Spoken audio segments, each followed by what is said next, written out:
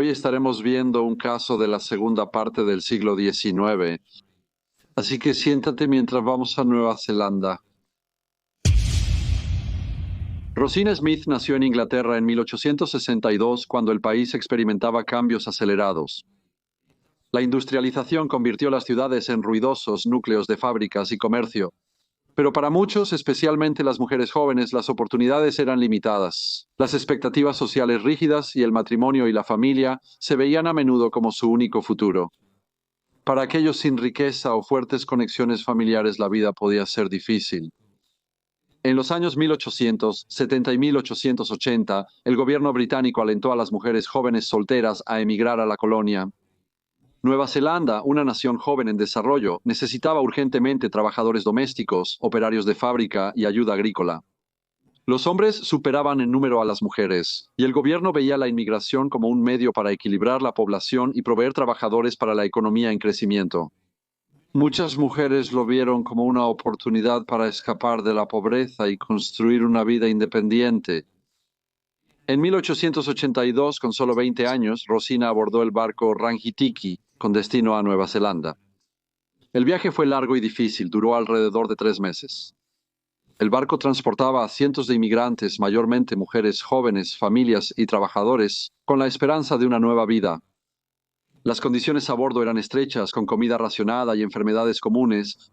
Sin embargo, para muchos, incluyendo a Rosina, la esperanza de un futuro mejor hizo que el esfuerzo valiera la pena. Al llegar a Auckland, Rosina fue contratada rápidamente como cocinera en el Exchange Hotel. Trabajar en tales establecimientos era común para las jóvenes recién llegadas, ya que los hoteles, pensiones y casas particulares necesitaban trabajadoras domésticas, y con el auge de la industria maderera, el crecimiento de los puertos y el aumento de la agricultura, los trabajos eran abundantes, aunque no siempre fáciles. No obstante, su estadía en Auckland fue breve. Después de aproximadamente un mes en el Exchange Hotel, se mudó a Thames, una ciudad que había prosperado en los años 1860 y 1870 tras el descubrimiento de oro en la región. Por un tiempo se quedó en Thames, pero finalmente decidió regresar a Auckland, donde trabajó en varios establecimientos, incluyendo Harbour View House y el Hotel Duke of Cambridge. Aquí afirmó haber conocido al señor William Wilson, carpintero de profesión. Tal vez como muchas jóvenes en su situación, Rosina buscaba estabilidad en una relación. Ella pudo haber imaginado un futuro con el joven, creyendo que él podría ofrecerle la compañía y seguridad que buscaba. Sin embargo, según ella después, descubrió que William Wilson ya estaba casado. Con la dolorosa realización que destrozó cualquier esperanza de un futuro con él, afirmó que su traición la había obligado a enfrentar la dura realidad de su situación, dejándola con pocas opciones más que avanzar por su cuenta. Abrió una tienda de vestidos en Newton, pero ya estaba embarazada. Era una época en la que las madres solteras enfrentaban juicios severos y opciones limitadas, y Rosina se quedó con muy pocas opciones. Volver a Inglaterra era imposible, seguir con la tienda de vestidos sería complicado, y hallar otro empleo como futura madre no resultaría sencillo. Nueva Zelanda ofrecía oportunidades, pero no era amable con las mujeres que rompían las normas sociales. Finalmente, se mudó a una casa de huéspedes en Parnell, administrada por el señor Wakeham, un tendero, y su esposa. Pero cuando Rosina llegó allí, les dijo que su nombre era Rosina Wilson. A finales de julio dio a luz a una niña. Aunque su confinamiento no había sido difícil y el parto no fue demasiado complicado, había luchado en los días siguientes, sufriendo de fatiga y los desafíos habituales de la nueva maternidad. La infante, llamada Emily, era una niña saludable, excepto por un leve sarpullido que no preocupaba. Aunque la bebé no recibió mucho cuidado materno, Rosina hizo lo mejor que pudo para amamantarla. Era una joven tranquila y reservada, y a pesar de sus mejores esfuerzos, era evidente que la maternidad no le venía de forma natural. Aunque había estado viviendo en la casa durante más de un mes, los Wakehams no parecían saber mucho sobre el pasado de la joven. Les contó que llegó a Nueva Zelanda en el barco Rangitiki, pero en gran parte guardó su pasado para sí misma. En Parnell, pocos habían hablado con ella y la mayoría desconocía su nombre. Tras una semana, la señorita Smith parecía recuperarse del parto. Al menos físicamente ella podía moverse, y con la partida de la enfermera el 7 de agosto parecía que se estaba adaptando a su vida como nueva madre. Sin embargo, había inquietud en el aire y la señora Wakeham se preguntaba si la joven mujer lidiaba con las exigencias de la maternidad. En la noche del sábado 16 de agosto, una tormenta azotó Purnell, pero a pesar de esto, la señorita Smith salió de la casa llevando a su bebé en brazos. Los vientos feroces y la lluvia torrencial coincidían con la agitación en su mente. Horas más tarde regresó sola. Cuando el señor Wakeham le preguntó sobre el paradero del bebé, las respuestas de Rosina fueron vagas y evasivas. Habló de forma enigmática, sin explicar realmente a dónde había ido el niño. Su comportamiento era extraño y distante, con su ropa húmeda y sucia de barro. Obviamente, había estado afuera mucho más tiempo del necesario. No fue hasta el día siguiente que su conducta se tornó muy alarmante. Parecía agitada, inquieta y retraída. No podía comer y su ansiedad era evidente. El comportamiento raro incomodó al señor y la señora Wakeham. Estaban preocupados por el bebé y comenzaron a notar inconsistencias en la historia de Rosina. En realidad no había mencionado dónde estaba el bebé ni cómo su ropa se había ensuciado tanto la noche anterior. El lunes 18 la tensión en la casa persistió. El señor Wakeham, muy preocupado, decidió registrar la habitación de la señorita Smith. Aunque no parecía perturbada, algo se sentía mal. Decidió enfrentar a la joven. Al principio dijo que había dado al bebé a amigos en Waikato, una historia extraña, pero al presionarla más, el señor Wakeham la hizo derrumbarse. Llorando, contó que el bebé estaba enfermo y en su desesperación le dio laudano, un peligroso medicamento a base de opio comúnmente usado en ese entonces. Con la voz temblorosa, Rosina omitió que después de que el bebé se había desmayado en un momento de locura, había arrojado al niño por los acantilados de Parnell. Cuando el señor Wakeham le preguntó dónde exactamente había hecho esto, ella respondió que la oscuridad de la noche había nublado su memoria y que no podía recordar el lugar exacto. Después de esto, el señor Wakeham informó al alguacil. El alguacil Hobson vino a la casa para hablar con la joven. Sin embargo, cuando la interrogó, ella no confirmó esta historia ni proporcionó respuestas claras o coherentes a sus preguntas. En cambio, divagó de manera confusa y angustiada. Sus palabras habladas en fragmentos inconexos que solo profundizaban el misterio. Habló de cómo había perdido al niño, pero no ofreció detalles claros sobre lo que había sucedido. A veces, parecía estar a punto de revelar más, solo para retroceder en declaraciones vagas y contradictorias. Su comportamiento errático y la naturaleza inconsistente de sus respuestas solo aumentaron las sospechas del alguacil. La noticia del bebé desaparecido se extendió rápidamente por la pequeña y unida comunidad de Parnell, y el misterio se convirtió en el tema de conversación en las calles, en las tiendas locales y entre los vecinos. Los residentes preocupados especulaban sobre el paradero del infante y una sensación de inquietud se instaló en el área. No pasó mucho tiempo antes de que un hombre llamado señor Herbert Gent contactara al alguacil sobre un extraño encuentro que había tenido con una joven el sábado por la noche, una mujer que ahora creía que era la señorita Smith. El señor Gent era un jardinero empleado en la gran finca propiedad de un caballero llamado señor Mason. Le dijo al alguacil Hobson que estaba cerca de la puerta de las fincas cuando una joven se le acercó. Dijo que ella parecía ansiosa y que en sus brazos acunaba a un pequeño infante que estaba llorando. El señor Gent agregó que esta joven se detuvo y con una voz nerviosa preguntó si la puerta conducía al dominio, ya que deseaba tomar esa ruta hacia Newton. El señor Gent dijo que aunque encontró la pregunta un poco extraña, le dijo que podía llegar al dominio pasando por los jardines, pero le recomendó que diera la vuelta por el paso de Kiver en su lugar. Agregó que solo después de escuchar sobre el bebé desaparecido se dio cuenta de la importancia de su conversación. Después de esto, el agente Hobson informó al superintendente Thompson.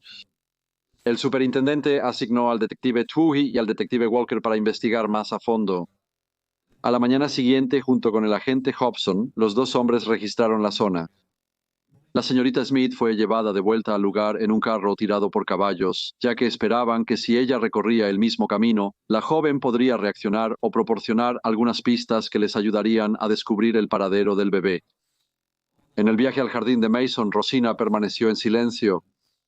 Pero a medida que se aproximaba, un cambio repentino y drástico la invadió. Su respiración se aceleró. Agarró los lados del carrito como si quisiera retroceder. Era evidente que estaba agitada y su rostro se volvió pálido. Luego gritó, «No me lleves allí, está allí». Había un miedo inconfundible en su voz. Los detectives y el alguacil Hobson registraron el jardín. Se movieron con cuidado, apartando hojas y revolviendo la tierra suelta, y no pasó mucho tiempo antes de que descubrieran lo que temían. Justo debajo de la superficie de la tierra, el cuerpo de un infante. El niño había sido envuelto en un chal tejido, y aunque la cara del bebé estaba hinchada por la presión de la tierra, el cuerpo estaba notablemente bien conservado. La vista del pobre niño, ahora quieto e inerte, envió una ola de horror a través de los hombres. Un extraño silencio reinó mientras se miraban, solo interrumpido por el débil sollozo de la señorita Smith, quien observaba desde cerca. Cuando el cuerpo fue puesto en una caja, las rodillas de Rosina cedieron debajo de ella, y con un grito jadeante se desplomó al suelo angustiada. La tristeza del momento era abrumadora, y mientras el agente Hobson se encontraba sobre el trágico hallazgo, sabía que el caso había tomado un giro sombrío e irreversible. El cuerpo fue trasladado de vuelta a Parnell, y se llamó a la señora Wakeham para identificarlo. Confirmó que era el hijo de la señorita Smith, quien había dado a luz al bebé solo unas semanas antes.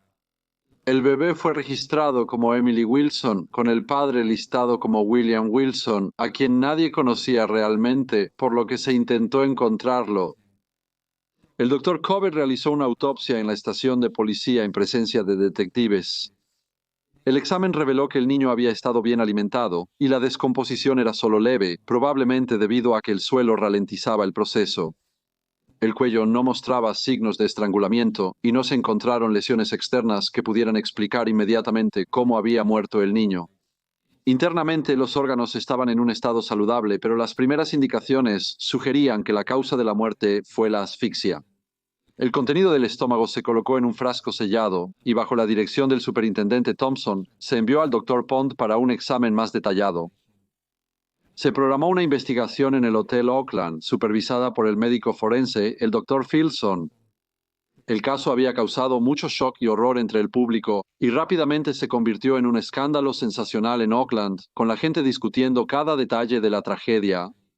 El 26 de agosto, Rosina Smith fue formalmente acusada del asesinato de su bebé y fue enviada a prisión para esperar su juicio. Hubo mucha especulación sobre la identidad del padre del niño.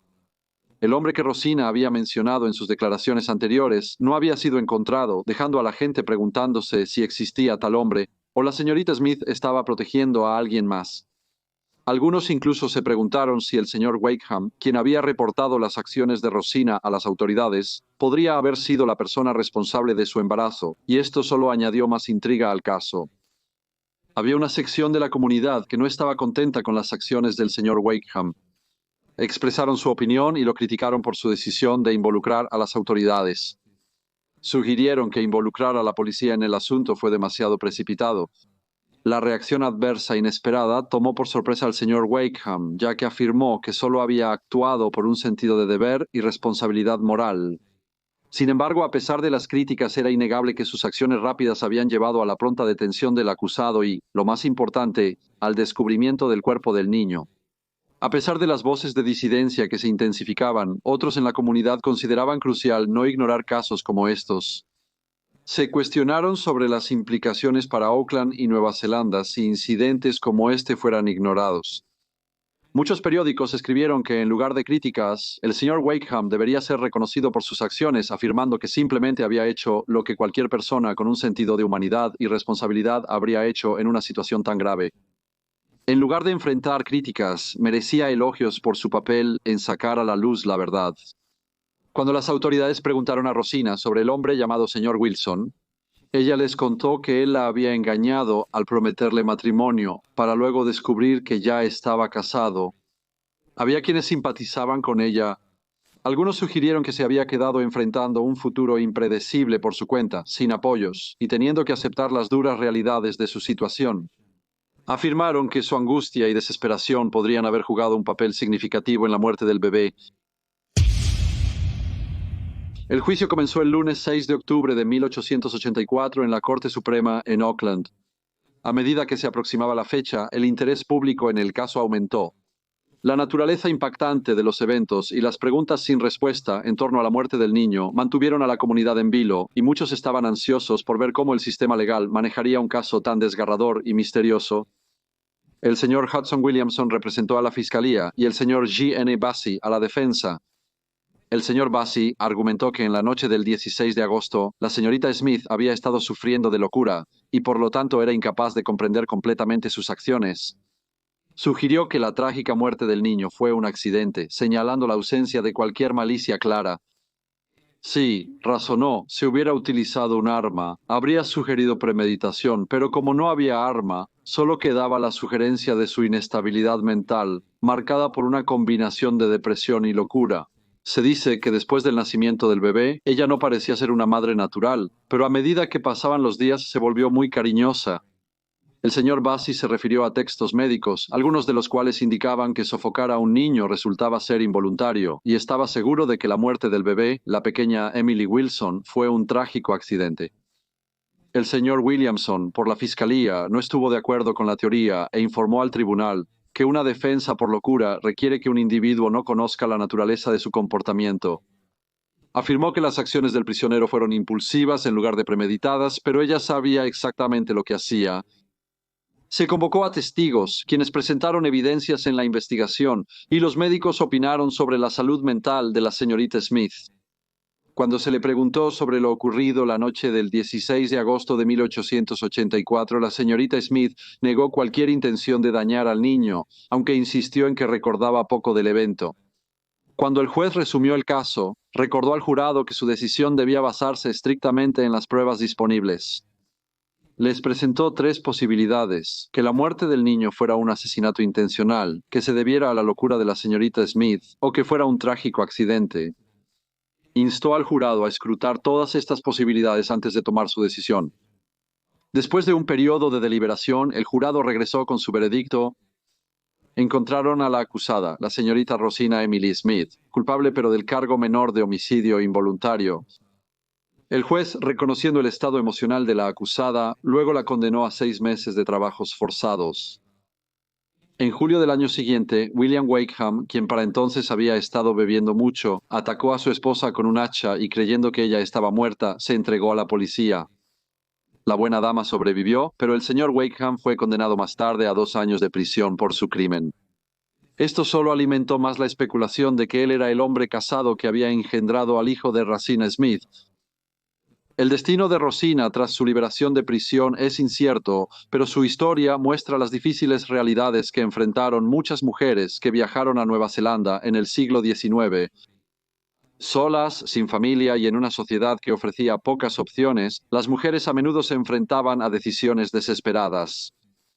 Muchas llegaron con la esperanza de una vida mejor, pero en cambio se encontraron vulnerables en una sociedad con expectativas rígidas y oportunidades limitadas.